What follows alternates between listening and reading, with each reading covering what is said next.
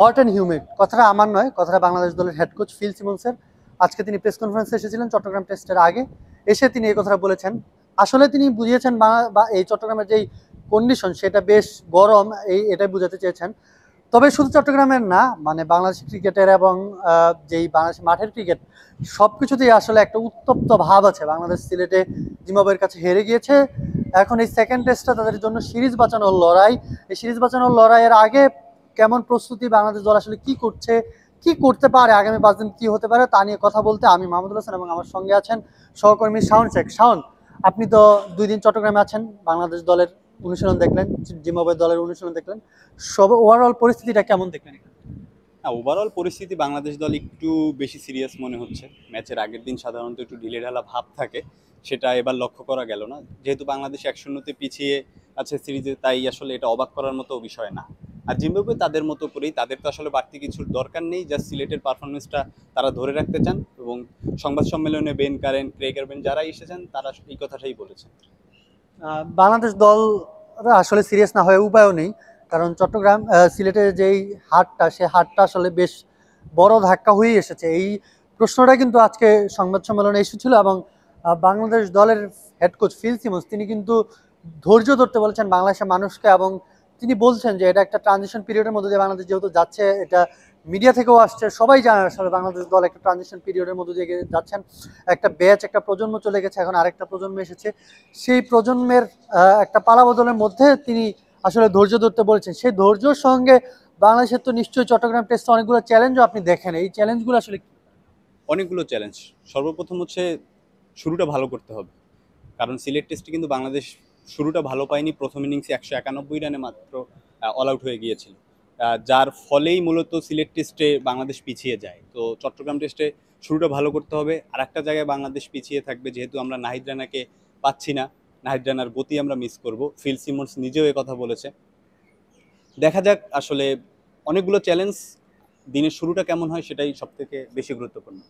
শুরু বলতে আমার সহকর্মী শাওন যেটা বোঝাতে চেয়েছেন সেটা নিশ্চয়ই বুঝেছেন যে বাংলাদেশ দলের উদ্বোধনী জুটিটা বেশ ভোগাচ্ছে বাংলাদেশকে, এবং এই টেস্টের জন্য কিন্তু একটা চেঞ্জ, যে দুটা চেঞ্জ এসেছে স্কোয়াডে, একটা তো ফোর্স চেঞ্জ, যে নাহিদ রানা পিএসএল খেলতে চলে গিয়েছেন, আরেকটা চেঞ্জ হচ্ছে আম, আহ, এনামুল হক বিজয়ের ইনক্লুশন। তিনি ডিপিএল খেলছিলেন, ডিপিএলে বেশ ভালো করছিলেন, তার 50তম হাফ সেঞ্চুরি, 50তম সেঞ্চুরিটা তিনি পেয়ে গিয়েছিলেন, এবং সেটা পাওয়ার পর তাকে এই টেস্ট খেলতে চলে আসতে হয়েছে এখানে।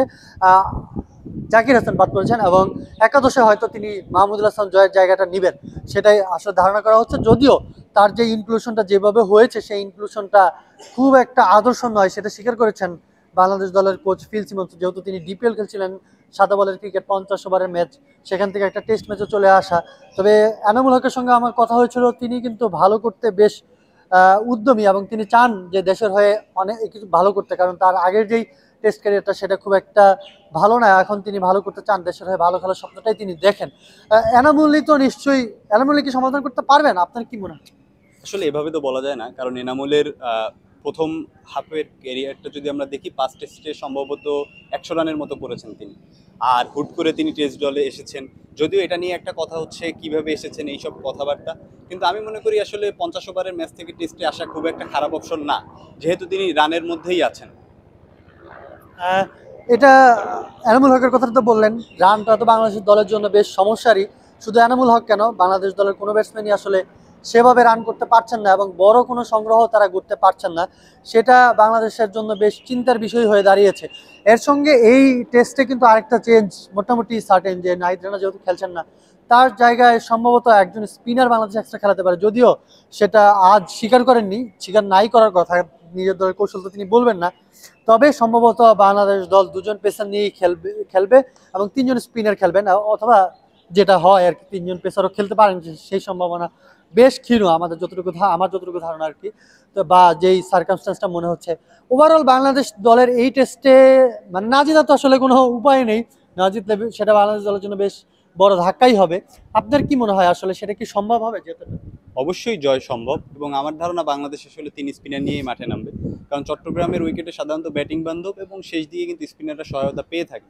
তো সেক্ষেত্রে আমার ধারণা বাংলাদেশ 3 স্পিনার নিয়ে মাঠে নামবেন এবং জয় অবশ্যই সম্ভব। আমি যেটা বললাম, আপনার শুরুটা ভালো করতে হবে এবং আমার মনে হয় বাংলাদেশ এই টেস্টে ঘুরে দাঁড়াতে পারবে এবং তাদের সেই সক্ষমতা আছে। 3 স্পিনার নাকি দুই দুই পেসার নাকি 3 পেসার 2 স্পিনার, সেটা একটা বড় প্রশ্ন, অনেক বড় প্রশ্ন। বাংলাদেশ দল এই ম্যাচটা জিততে পারবে কিনা, সেটা যদি না পারে তাহলে আসলে বাংলাদেশের দলের জন্য এটা বেশ বড় ধাক্কাই হবে আমার ধারণা।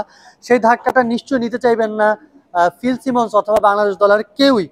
তারা চাচ্ছেন যে বাংলাদেশ দল যাতে ঘুরে দাঁড়ায় এবং ম্যাচটা জিতে নতুন ব্র্যান্ডের ক্রিকেটের কথা তারা বলছেন, ইতিবাচক ক্রিকেট খেলার কথা তারা বলছেন, সেটা তাদেরকে মাঠেই আসলে প্রমাণ করতে হবে।